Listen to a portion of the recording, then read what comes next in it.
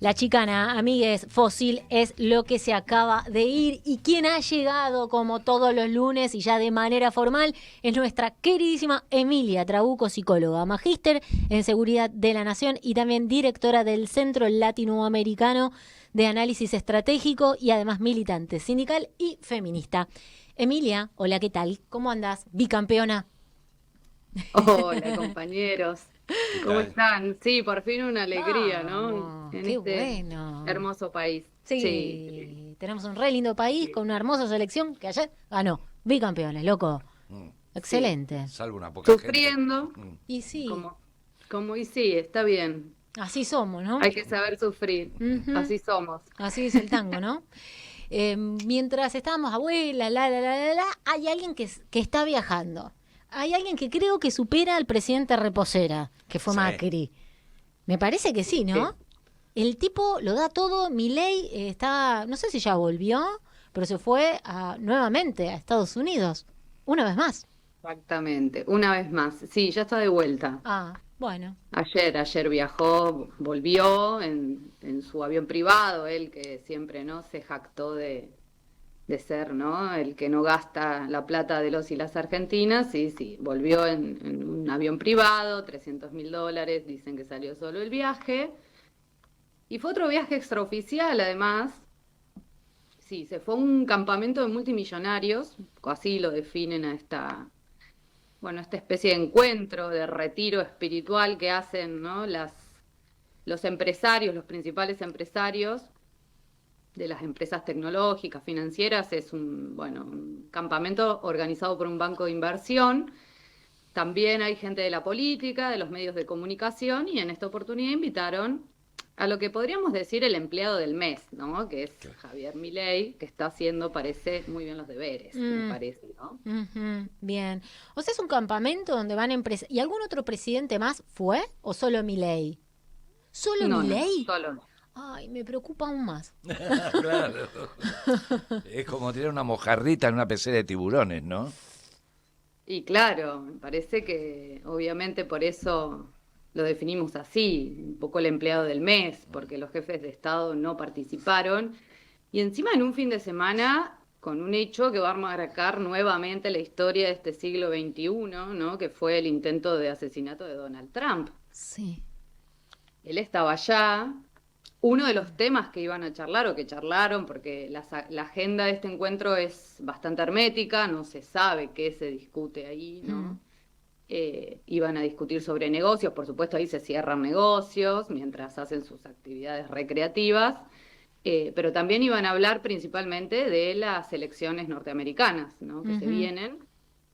Y en ese marco ocurrió esto que vimos repetidas veces, que fue este intento de asesinato que le pasó bastante cerca a Donald Trump, otro de los grandes líderes de las derechas, ¿no? Estas derechas neoreaccionarias, alternativas, o bueno, obviamente con signos distintos, ¿no? No son, no, los parámetros no son exactamente los mismos, algunos son más Mm, proteccionistas, otros no, también creo que depende de qué país sean presidentes o quieran serlo, ¿no? No es lo mismo ser presidente de una de las potencias del mundo como Estados Unidos o ser el presidente de Argentina mm.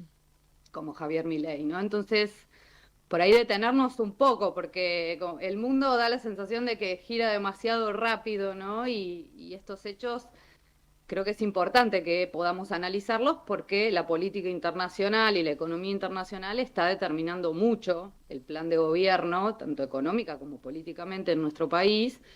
Y bueno, el intento de asesinato de uno de los candidatos, que aparte va midiendo bastante bien, ¿no? Parece esperable que Donald Trump ganara las elecciones.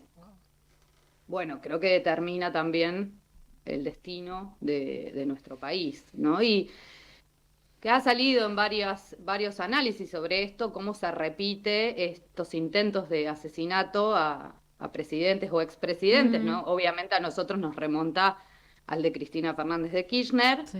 con jóvenes.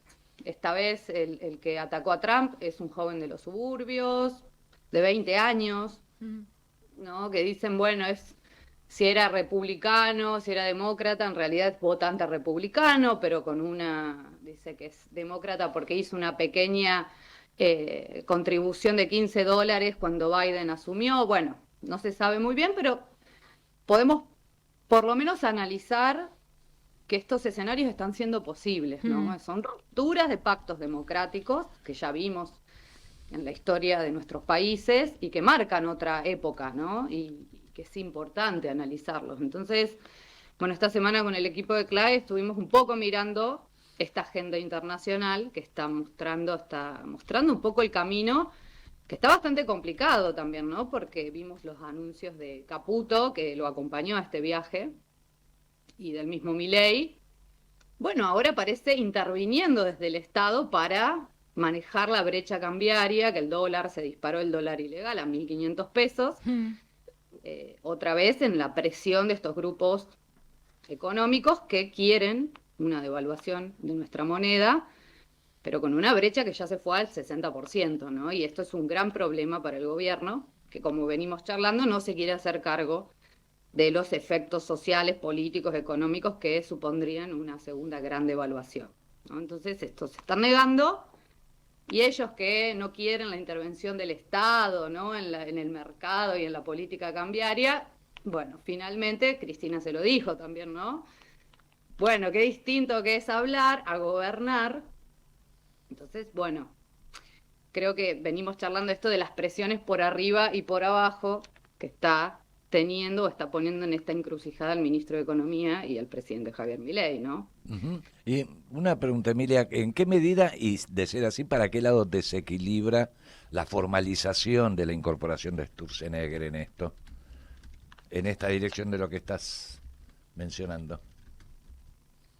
Sturzenegger parece que es el hombre que quiere hacer mejor los deberes con el FMI, ¿no? Él vino, cuando él entra a hacer formalmente, porque ella ocupaba un lugar muy importante en el gobierno, vino a decir que tendría que haber hecho las cosas más rápido, Caputo, ¿no?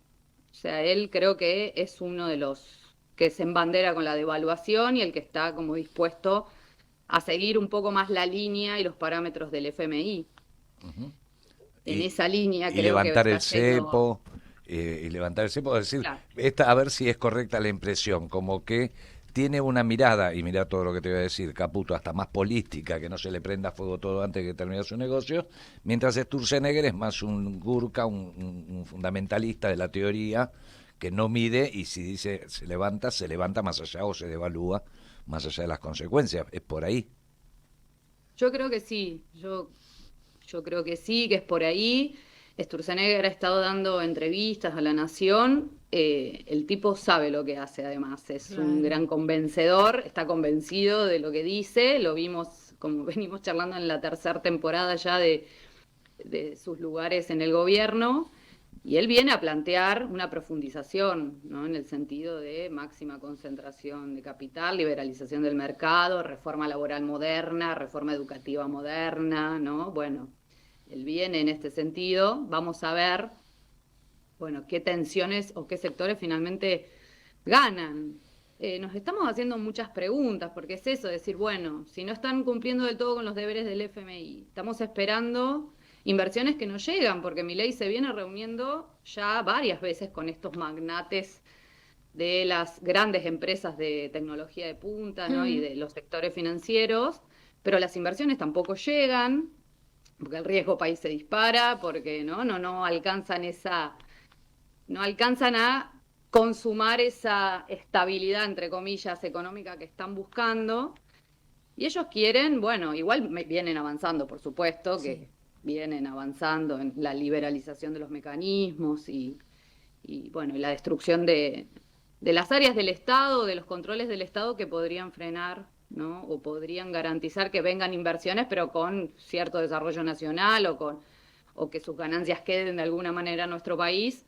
Bueno, esos están logrando que no suceda, ¿no? Y tener vía libre para quedarse con nuestros recursos, para el mercado, con toda la mano de obra barata que ellos vienen a buscar a nuestros países.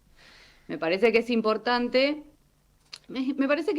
también ver esto de que si no seguimos con estas hipótesis de que es un loquito suelto Milei, ¿no? Okay. Que es un fundamentalista del anarcocapitalismo con sus ideas locas y en realidad no, en realidad se está mostrando en un alineamiento muy decidido, en ese alineamiento ya público, que un poco, si miramos los últimos viajes hacia atrás, él participó, ¿no?, de este encuentro extraoficial, pero previamente estuvo en Brasil, en la Cumbre de Acción Conservadora, que es como el capítulo brasilero de uno de los foros conservadores más importantes de Estados Unidos, invitado por Jair Bolsonaro, y ahí estuvo haciendo algunas declaraciones como, bueno, el Mercosur no sirve, hay que liberar el mercado en la región, y lo que tenemos que hacer es acuerdos bilaterales con Estados Unidos, ¿no? Esto es ya el conocido ALCA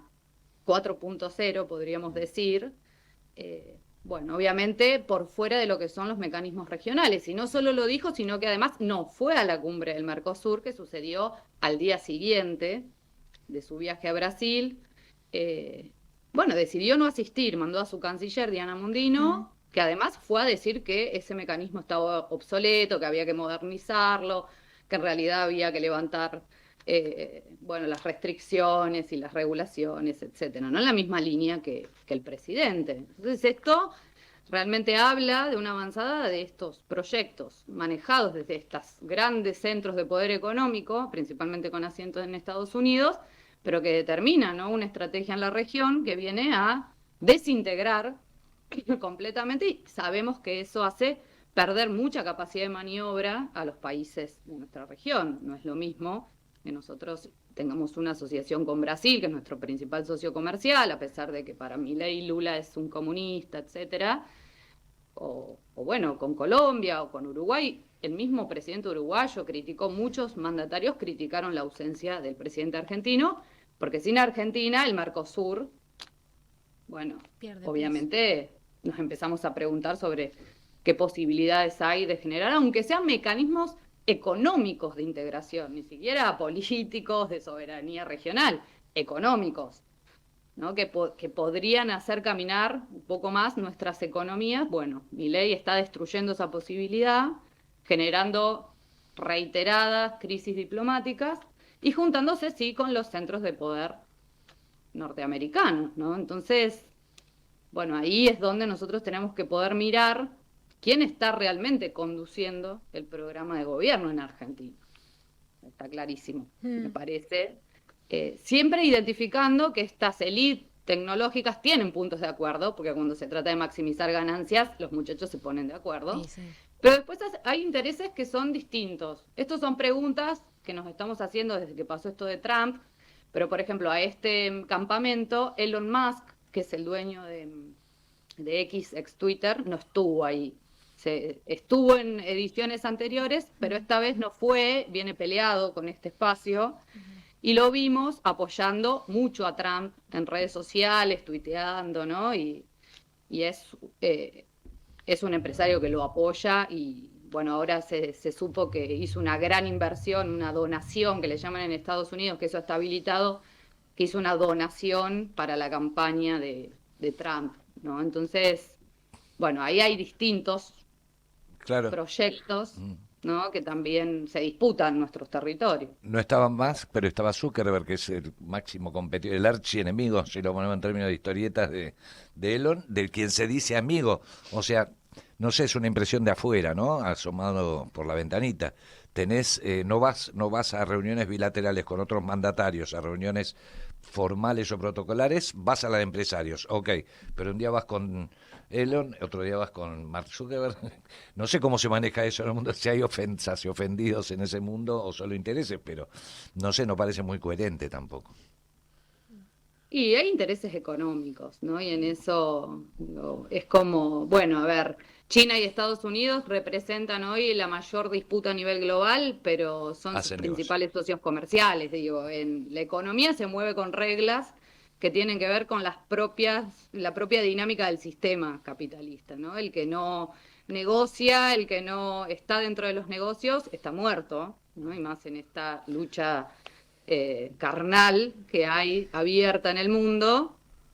Ellos obviamente hacen tregua en algunos puntos, pero en otros también constituyen proyectos que se enfrentan de alguna manera por quién controla finalmente, ¿no?, o quién logra los mayores beneficios. Yo creo Claro. que ahí es, bueno, donde nosotros tenemos que ir mirando como esas dos dimensiones. Claro, cosa que no parece que ve Milei, porque recordamos no hace mucho a Bush, creo que le fue a pedir por favor a Maduro, que son buenos, que son divinos, que le vendiera, creo que petróleo, no hace mucho, creo, no sé si no fue para la pandemia, que hubo como un acercamiento, que fue motivo de muchas bromas, ¿no? Que dejó de ser una dictadura de un día para el otro la venezolana, y es lo que parece no entender este tipo, ¿no? Porque cuando él corta, vuelve a agredir a Lula, vuelve a agredir a cuanto presidente de otras naciones se le cruce, esta lógica que mencionabas recién, que es la que predomina. China y Estados Unidos siguen haciendo negocios. Exactamente, sí, obviamente hay un interés en destruir la capacidad instalada, lograda, ¿no? Principalmente, bueno, siglo pasado, pero en este siglo, de capacidad instalada de industria nacional, de ciertos mecanismos del Estado que lo están logrando, digo, en un tiempo récord, Sí. eso hay que decirlo. Y además vienen a consumar lo que ya habilitó el macrismo también, porque el macrismo ya había generado otra vez la apertura de los mecanismos de liberalización financiera, Sí. que se abrieron originalmente con la dictadura militar en nuestro país, ¿no? Bueno, en épocas donde el mundo también se abría a la liberalización financiera en los 70, pero bueno, esto se profundiza con Macri, no se resuelve con el gobierno de Alberto, y esto viene a pararse también sobre aquel trabajito hecho por segundo Mauricio tiempo. Macri. El El segundo tiempo. Ahora, justo lo mencionaste, el rol de Macri ahora, ¿cuál te parece que puede ser? En el Pacto de Mayo pareció bastante desdibujado. Fue, pero no le dieron mucha entidad, no sé si eso fue adrede o no sé qué le estará tramando ahí, no sé qué es lo que está pasando. Sí, está raro el rol de Macri porque, bueno, decidió ir y como bien decís, pasó Tampoco esto de que no lo firmó. dejaron entrar porque llegó medio tarde. Milei le bajó el precio, dijo que él lo respeta mucho. El PRO viene en una guerra intestina también, Macri-Bullrich, ¿no? Que Sí. Macri viene avanzando mucho sobre Patricia Bullrich, que ella está como en una estrategia de fusionarse con la Libertad Avanza y es lo que está haciendo. Ujú. Y Macri también es un hombre de los negocios, también lo charlábamos, ¿no? Entonces me parece que él no es un político, sino que primero es un empresario y estará viendo la forma de no quedarse afuera, porque la verdad que nosotros un poco para analizar también las nuevas reglas de la política, donde los empresarios empiezan a tener un rol mucho más público también, ¿no? Antes quizás operaban en las sombras, sabemos que el poder económico Sí. es el mismo y los gobiernos pasan, pero ahora también asumen un rol, ¿no? Opinan en la agenda pública, aparecen de los dos lados del mostrador, aparecen como funcionarios, aparecen como presidentes. eh, entonces, hay algo que está cambiando en las lógicas de hacer política y todas las reglas diplomáticas, ¿no? Y de cómo tienen que comportarse un jefe de Estado, Milei las rompe todas. Y eso parece ser hasta parte de que siga funcionando esta legitimidad social que todavía tienen amplios sectores. Ujú. Creo que nosotros esperamos que se comporte como un jefe de Estado, pero él se está comportando, por eso ponemos que es un presidente modelado con inteligencia artificial, ¿no? Porque es un poco, él rompe las reglas, no es porque es un loco suelto, sino porque es lo que está funcionando. Esto opera sobre una sociedad cansada de la clase política, desilusionada de la clase política, entonces que un jefe de Estado se comporte por fuera de lo que esperamos de un político, Claro. y la verdad Bueno, que es una estrategia. Lilita Carrió en una entrevista que vi hace poquito dijo, un roto que vino a una sociedad rota. No sé si será tan lineal, pero bueno. Sí, claro, porque Esa era además es una emergente. sociedad que ellos mismos rompieron. Claro. Ellos rompieron y ellos ofrecen, o sea, son el remedio y la enfermedad, ¿no? Ellos mismos ofrecen candidatos que reflejen esa desintegración social, esa desintegración de las propias lógicas democráticas que le permiten también operar con el control de las redes sociales. Creo que ese es un punto que nosotros y nosotras tenemos que poder mirar mucho, porque están siendo las grandes plataformas de guerra, ¿no? Donde operan sobre el sentido común. Y en estos lugares donde ellos se juntan de manera extraoficial, como la cumbre en Brasil, como este campamento millonario, ¿no? Como, bueno, distintos capítulos nos muestran que es una forma de operar y es una estrategia sistemática. En el foro ahora de Brasil se hablaron mucho sobre las elecciones en Venezuela, que son ahora el 28 de julio, donde también el gobierno venezolano está diciendo que se vienen golpes desestabilizadores. Se habló de Cuba, ¿no? Que el 11 de julio se recordaban estas manifestaciones, ¿no? ¿Se acuerdan? Operadas por centros, principalmente desde Miami, con el SOS Cuba en plena pandemia, obviamente con todas las consecuencias del bloqueo sobre el país cubano en esa situación de crisis humanitaria. Bueno, también volvieron a hablar de eso, volvieron a intentar operar sobre las redes sociales en territorio cubano. Entonces hay una estrategia que en Argentina también la vimos, ¿no? Elon Musk hizo mucha campaña por Milei, ¿no? Y hay que saber que es como un líder para ciertas generaciones porque muestra como un ejemplo de exitismo. Es esta cosa o el Zuckerberg que ahí nombraban, que él empezó en un garage y de repente fue el dueño de Facebook. Este es el nuevo sueño americano, entre comillas, ¿no? Que consume millones y millones de personas, entonces se vuelven referentes. Y bueno, Elon Musk fue el responsable de que, por ejemplo, la entrevista, ¿se acuerdan que dio para un periodista que era de Fox News? La entrevista que Milei le dio a él se reprodujera por la plataforma de X y fuera la más vista de la historia.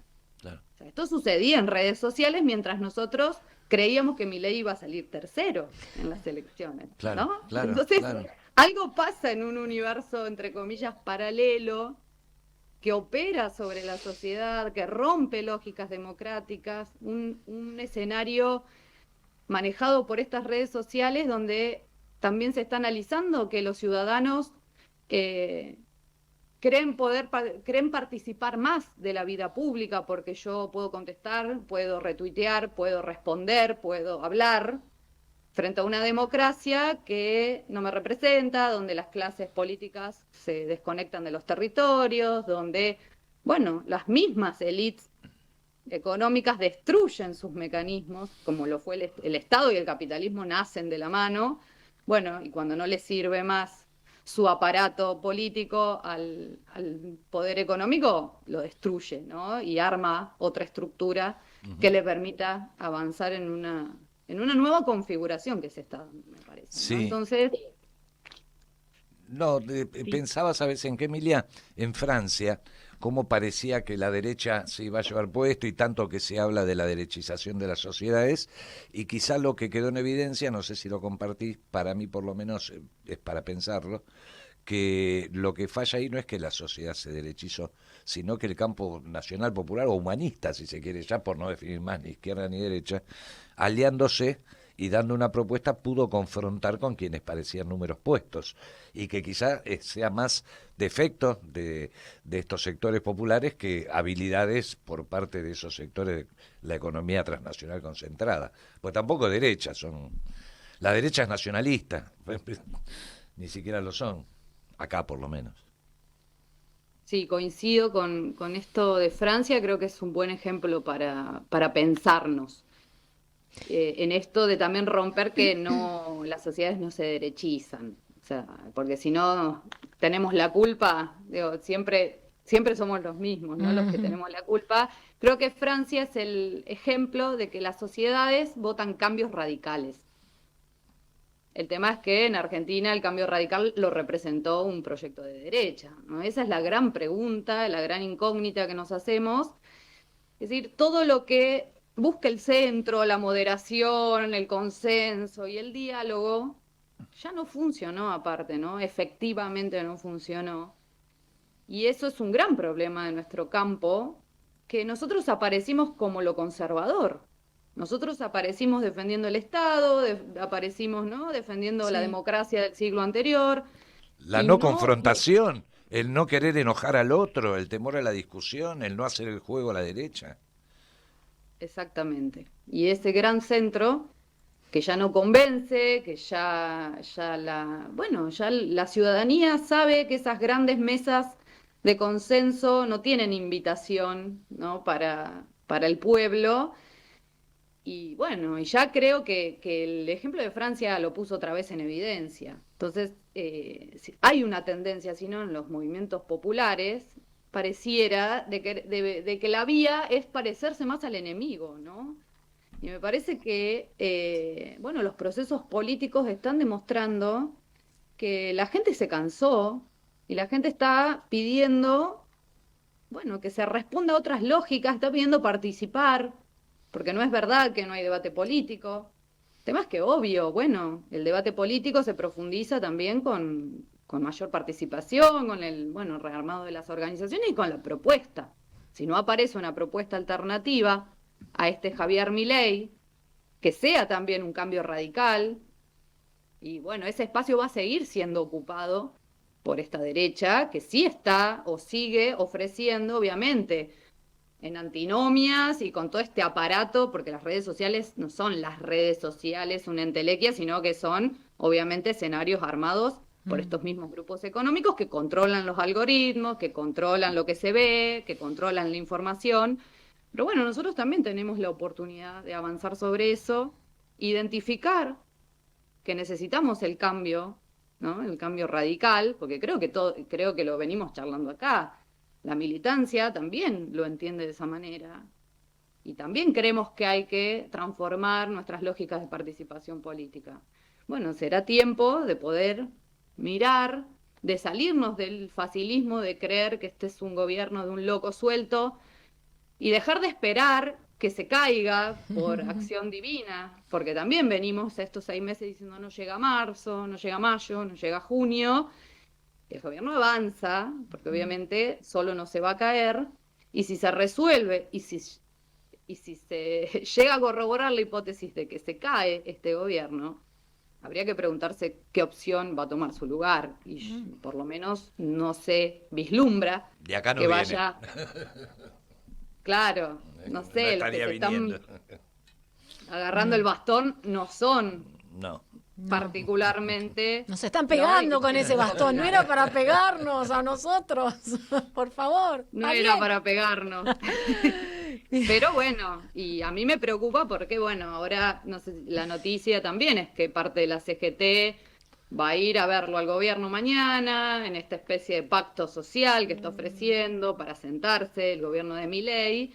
O sea que ellos también están abriendo la cancha a los sectores que están decididos a negociar. No sé sí. a negociar qué, porque ya está todo no hay regalado. un horizonte de... No, y además hubo una convocatoria de Guillermo Moreno vamos a poner nombres y apellidos, de Guillermo Sí. Moreno a economistas del peronismo, por lo menos en su más amplio espectro, pero de alguna manera parece que lo que se está discutiendo ahí es cómo seguimos administrando la dependencia. No veo, por lo menos abuelo de pájaro ahí adentro, la posibilidad de esta discusión de radicalizarse y de salir con un plan estaba nacional. Massa, que tampoco es economista, Estaba Massa, bueno, había y que no nos llevó a un buen camino. La verdad que tampoco, y que de hecho estamos también acá por todo eso que hizo. Raro, todo eso. Sí. Qué sé yo, además todos No, tipos sí. eran. No es por ahí, muchachos. No es por ahí. Yo creo esto, ¿no? Coincido con lo que están planteando de administrar la dependencia. Ya no confiamos en que esa es la opción. Necesitamos realmente un plan que haga un giro y una vuelta a la esquina, ¿no? Grande para que realmente podamos rearticular, ¿no? Sí. Bueno, toda la capacidad instalada política que tenemos, porque es un montón, digo, porque también hay que poder mirar que suceden cosas, que hay iniciativas, que hay lucha, que hay resistencia, que hay preguntas, que se están abriendo preguntas en muchos espacios de participación, y bueno, eso confluirá, ¿no? Y saldrán los líderes populares de donde tienen que salir, que es de caminar los territorios, los lugares de trabajo, los espacios de participación, ¿no? Creemos, esa es nuestra gran fortaleza, no ni los economistas, ni las grandes mesas de acuerdos, sino que es por otro lado. Y yo creo que es un momento de oportunidad para eso, pero sí mirando estos elementos que son los inéditos de este siglo, que nos muestran los alineamientos internacionales. Tenemos que poder volver a hablar de los procesos populares en América Latina, porque se dejó de hablar de Venezuela, con todas sus contradicciones, pero se dejó de hablar de Venezuela, se dejó de hablar de Cuba, se dejó de hablar, ¿no?, de proyectos que están, obviamente, mostrando otras opciones en la región y que por eso los atacan particularmente. Entonces, me parece que no hay que tenerle miedo a la radicalización, ¿no?, o a pensar nuevas formas de democracia participativa, sino que todo lo contrario. Bueno, Emilia, nos quedamos con eso. Te veo más optimista hoy. ¿Será por el partido de ayer? Me gusta. Sí, yo creo que sí.